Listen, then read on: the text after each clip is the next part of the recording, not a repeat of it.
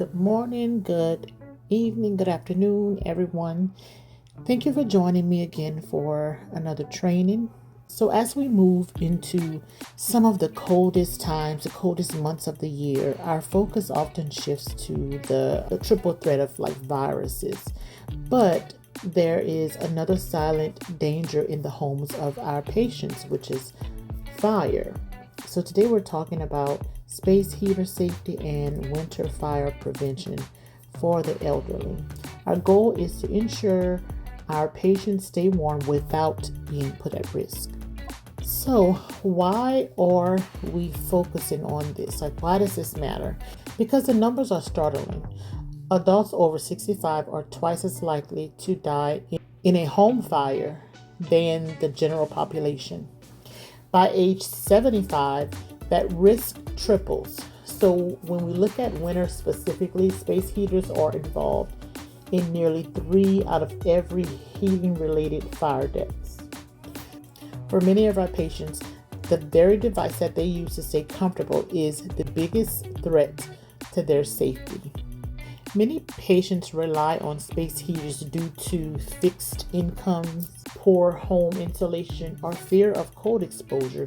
And this is not about blame, because many patients do rely on space heaters due to fixed incomes, poor home insulation, and fear of cold exposure.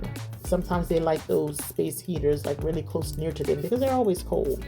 So, a few objectives. By the end of this training, you should be able to identify the physical and cognitive factors that put seniors at risk.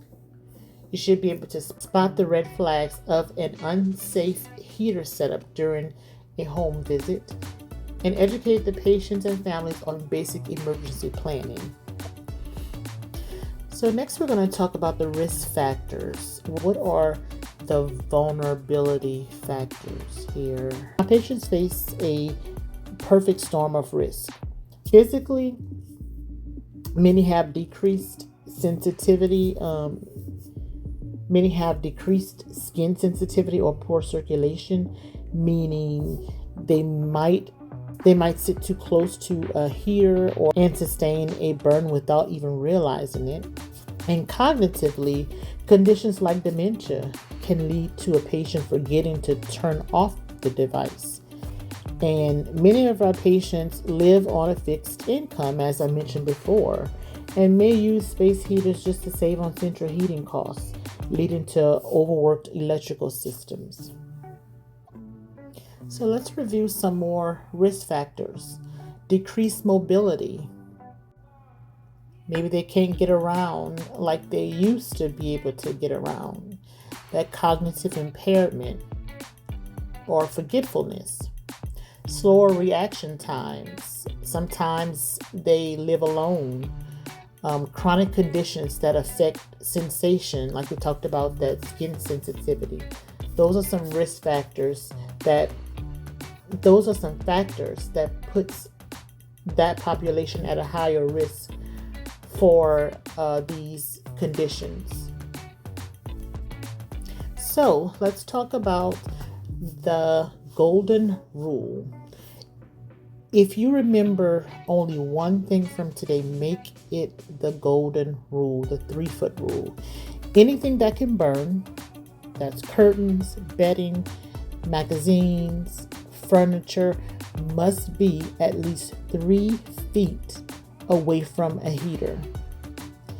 Now, in a small apartment, this can be a challenge, but as healthcare providers, we need to help patients rearrange their space to make this buffer zone a reality.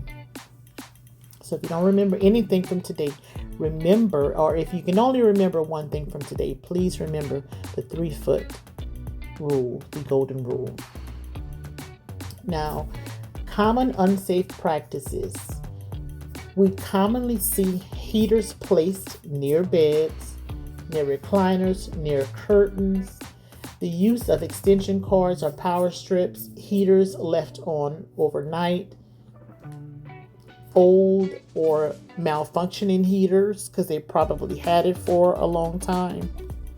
So if you didn't know before, space heaters should always be plugged directly into a wall outlet. They are very dangerous. I particularly don't like space heaters, but it's not about your own personal preference. We're talking about the safety of and the comfortability of our patients. Those power strips with space heaters, they are a fire hazard. They put out high power that overloads those strips. It can cause them to overheat. It can cause them to overheat. It can cause them to melt. I have personally had experience with that. They can spark. They can immediately ignite flammable materials that can catch onto those carpets, those curtains, the beddings, and any rugs. So they should always be plugged into an outlet, directly into an outlet, and never into a power strip or an extension cord or a surge protector. Don't let that confuse you. You might think, oh, it's a surge protector. They should never be plugged into that. It should be directly into a wall outlet if they are using one. And if you pay attention to the image that I have, do not leave running or unattended. Don't leave it running for long periods of time. People want to leave it running overnight. That is a hazard. Also, generators. Use portable generators outside only. Now, I have that listed on here just because I didn't want to cut the image in half, but we do have some people that run generators. You'd be surprised at things that the elderly would do to try to save some money. But we're not here to judge them. But we're going to focus on the space heaters because that's more of a bigger thing. Also, something that we often forget about is their smoke alarms. We want to make sure that their smoke alarms are working, that they have batteries replaced in them. We just try to be a little bit proactive with them, even if that means going the extra mile. Next, we have fire and health risks. So when we talk about space heaters, we're not just talking about a fire risk. We're talking about multiple layers of danger for elderly patients. Burns can happen so quickly, especially when heaters are close to the bedding or recliners. Smoke inhalation is often more deadly than burns, and elderly patients may not wake up or react fast enough. Then you have carbon monoxide exposure, which is so dangerous because it's odorless. The symptoms can look like flu or fatigue, and the patients may not realize that they're in danger. Many elderly patients cannot escape quickly due to mobility limitations from house fires. A fire can mean hospitalization, displacement and loss of housing, long-term displacement. It can bring about emotional trauma. This is why prevention and education are so critical, because once it happens, the consequences are often devastating. Safe space heater use. Again, I know we covered some of this in a previous slide, but our goal is not to tell the patients don't use space heaters. It's to teach them how to use them safely. So make sure you're emphasizing the 3-foot rule. Anything that can burn, again, bedding, curtains, clothing, should be how many feet away? At least 3 feet. So if you can reach it while you're sitting in the chair, it's too close. So that's just another little something that you can tell them.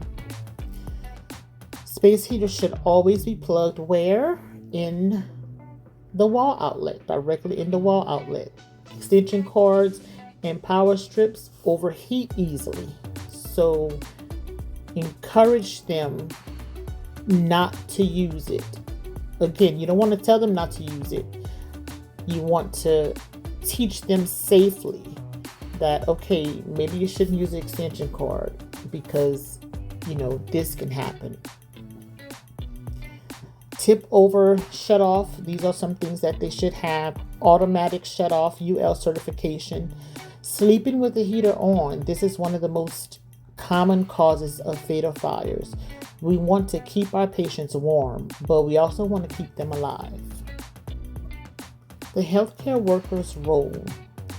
This is where we come in, and it doesn't take long. So what can we do? We can ask those screening questions. How do you stay warm at home? Do you have a space heater? Why these questions matter? They open the door for safety education. They show concern without judgment. You can also ask, does the patient live alone?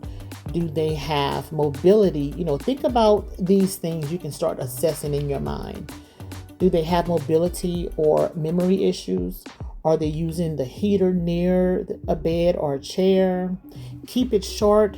Use teach back. Can you show me where you keep your heater?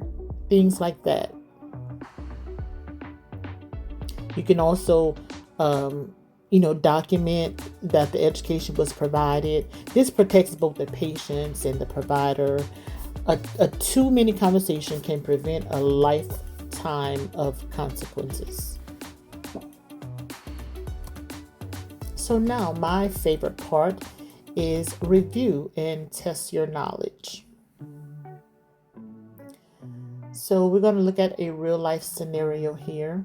So scenario 1, an 82-year-old patient admitted with mild burns and smoke inhalation, uses a space heater next to the bed due to poor circulation. So your discussion questions: what are the risk factors? What education is needed? What referrals could help? Like, who could help? And it's more of a discussion than just one answer. So the first question, what are the risk factors? Age is a risk factor. The heater placement, remember that rule, that 3 feet rule. And sleeping with the heater on. And then the next question, what education is needed? Placement, because they should know where to place it. Turning the heater off at night, because they should not sleep with it on. And safer alternatives. And then the last discussion question, what referrals could help? Family can help. If they have no family or no willing social services, and there may be some energy assistance programs. Community and prevention. Healthcare doesn't just stop with the basics. It doesn't just stop at the hospital or the clinic door. Remember, the patients rely on those heaters because of heating costs. Sometimes it's too high. They're on a fixed income. Homes are poorly insulated. They may live in older homes. And just offering them referrals, offering them more resources can make a huge difference. Community resources, smoke detectors, carbon monoxide detectors. Encourage them to check their batteries regularly. Helping the patient stay warm safely it displays part of the holistic care. And it shows the patient that they're more than just a name or a number, or you're there because you care. So let's go over another question. Which practice poses the greatest fire risk when using a space heater in the home?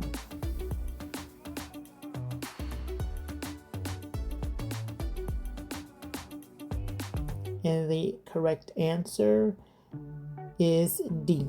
Placing a space heater next to a bed or recliner poses the greatest risk.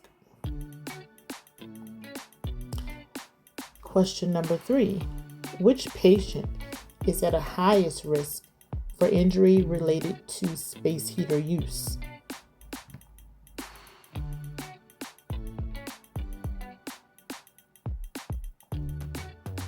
If you answered C, then you are correct. An 82-year-old who lives alone and sleeps with a space heater on. So great job, everyone. Key takeaways. Remember this. Space heaters save warmth, but they do cost lives.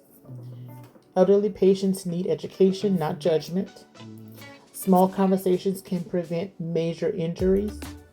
And winter safety is everyone's responsibility. And a little tip, if you ever feel unsure about how much education to give, remember that any education is better than none. You don't want to judge. You don't want to put pressure on them. But we do want to try to help them as best as possible. And these space heaters are a serious deal. I hope you found this training beneficial. Until next time, thank you and have a wonderful evening.